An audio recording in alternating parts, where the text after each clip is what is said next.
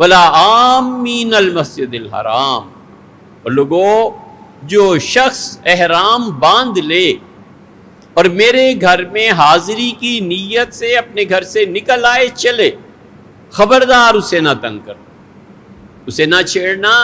اس لیے کہ وہ میری نظر میں آ گیا ہے، میں نے اس پہ بہرحال مہربانی کرنی ہے۔ اور پھر فرمایا یبتغون فضلا من اللہ ورضوانا، وہ اس لیے آ رہا ہے کہ اپنی دنیا سنوارے، معیشت سنوارے، ہم سے دعا مانگے، ہم اس کے رزق میں اضافہ کر دیں، ورضوانا، اور وہ اس لیے آ رہا ہے کہ آخرت میں ہماری خوشی چاہتا ہے، ہم یہ دونوں چیزیں دنیا کی وسعت اور آخرت کی مغفرت سے دے دیں گے۔ خبردار جو احرام پہن لے اسے کچھ نہ کہنا، وہ حاجی، وہ آدمی جس نے لبیک پڑھ لیا ہے، وہ میرا خاص بندہ ہو گیا ہے اور وہ میرے گھر آئے گا، میں اس اپنے مہمان کا خود بھی احترام کروں گا، تم بھی کرنا۔ اس لیے جو لوگ احرام باندھ لیتے ہیں، جو لوگ اللہ کے گھر میں حاضری کے لیے لبیک کہہ دیتے ہیں،